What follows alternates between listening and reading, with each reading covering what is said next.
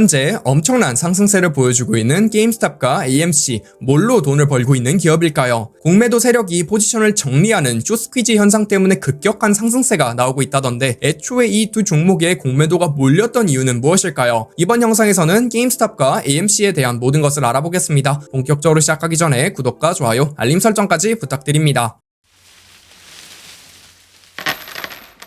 게임스탑은 게임기 및 게임 타이틀, 게임 액세서리 등을 오프라인 매장에서 주로 판매하고 있는 기업입니다. 최근 쇼스퀴즈 및 개인 투자자들의 강력한 매수세로 몇십 배나 급등한 종목이기도 하죠. 다만 펀더멘털적으로 접근을 해봤을 때에는 매출 및 매장 수가 지속적으로 감소하고 있는 추세로 건강 상태가 좋은 기업이라고 볼 수는 없겠습니다. 게임스탑의 비즈니스부터 살펴보도록 할게요. 14개 국가에서 5,500개의 매장을 운영하고 있을 정도로 굉장히 큰 규모를 자랑합니다. 게임 소매 사업들 중에서는 전 세계에서 가장 크다고 하죠. 게임기 및 게임 타이틀, 추가 콘텐츠들인 DLC, 액세서리 등을 판매하고 있습니다. 이커머스에 뛰어들기 위하여 웹사이트도 운영을 하고 있죠. 다만 너무 늦게 뛰어들었다는 생각이 드네요. 결론적으로 오프라인 매장의 비중이 굉장히 크지만 오프라인과 온라인에서 물건을 동시에 판매하고 있는 옴니 채널 전략을 취하고 있는 소매 기업이라고 볼 수 있겠습니다. 게임 이외에도 게임 잡지도 출판을 하고 있습니다. 게임 인포머라는 잡지를 출판하고 있죠. 미국에서 5번째로 큰 잡지라고 하며 디지털 잡지 중에서는 가장 크다고 합니다. 새로운 게임이 출시될 경우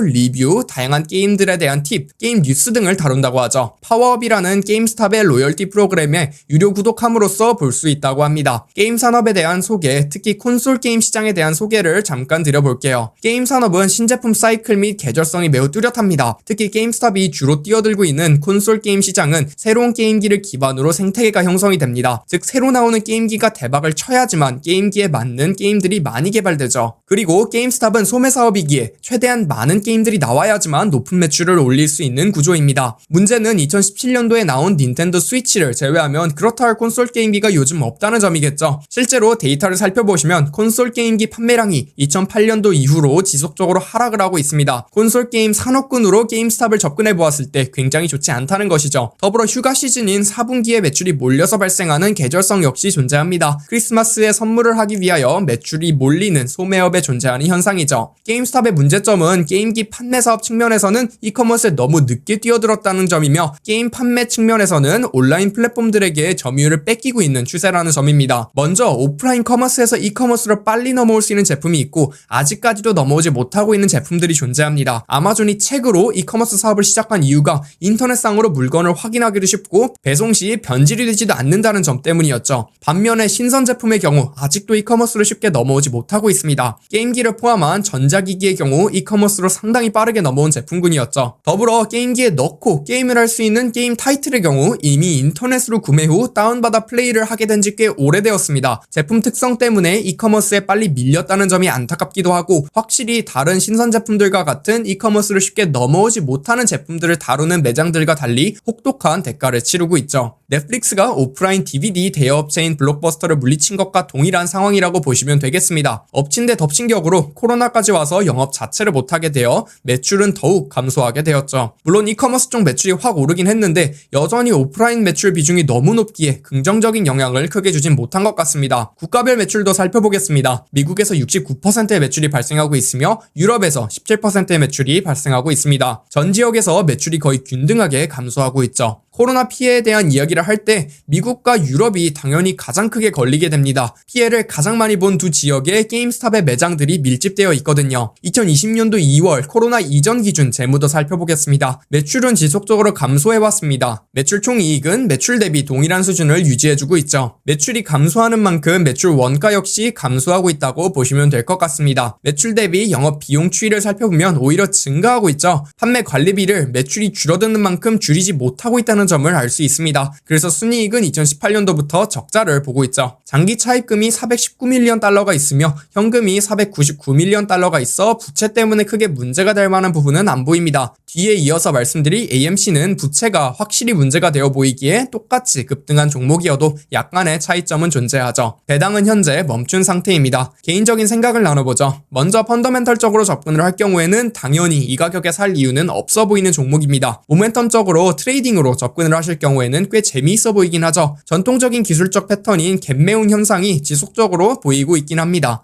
갭상승한 만큼 되돌림을 주고 등락을 반복하고 있는 상태이죠. 현실적으로 변동성이 너무 크기에 상당히 조심해야 하는 상태 같습니다. 이커머스를 진출을 하긴 했으나 저는 개인적으로 미래 관점에서 봤을 때 딱히 매수를 할 이유가 있나 싶긴 합니다. 게임 타이틀은 이미 온라인 플랫폼들이 먹고 있고 게임 기기 역시 이커머스 업체들이 먹고 있기에 경쟁이 어렵지 않을까 싶습니다. 다음으로 알아볼 기업은 AMC 엔터테인먼트 홀딩스입니다. AMC는 전 세계에서 가장 큰 영화관 사업을 하고 있는 기업입니다. 게임스탑과 비슷하게 주로 미국 및 유럽에서 영업을 하고 있는 기업이죠. 넷플릭스 등 온라인 스트리밍 서비스들 때문에 굉장히 큰 고통을 받고 있는 기업입니다. 코로나 때문에 영화관 운영을 못하게 되며 매우 큰 피해를 보고 있죠. 요약본만 들어보셨을 때에도 게임스탑과 상당히 비슷한 상황에 있는 기업이라는 점을 느껴지실 것입니다. AMC의 비즈니스부터 살펴볼게요. 원래 AMC는 미국에서만 영업을 하다가 유럽 영화관 기업들을 인수하며 국제적으로 확장을 했습니다. 미국에서는 636개의 영화관을, 국제적으로는 368개의 영화관을 운영하고 있을 정도로 엄청난 규모를 자랑하죠. 매출은 세 가지로 기재하고 있습니다. 티켓 판매, 음식 및 음료 판매, 기타 매출로 나누고 있죠. 티켓 판매가 총 매출의 60%를 차지하며 음식 및 음료 판매가 31%를 차지합니다. 기타 매출은 기프트 카드와 같은 부분에서 발생한 매출이라고 하죠. 비즈니스 모델부터 살펴보겠습니다. 간단하게 영화사에서 영화를 대여하여 상영을 해주는 모델입니다. 영화사에게 계약에 따라 라이센스 비용을 지불하죠. 80%의 매출은 고작 6개의 영화사에서 나온다고 합니다. 이름만 들어도 알만한 디즈니, 워너브로스,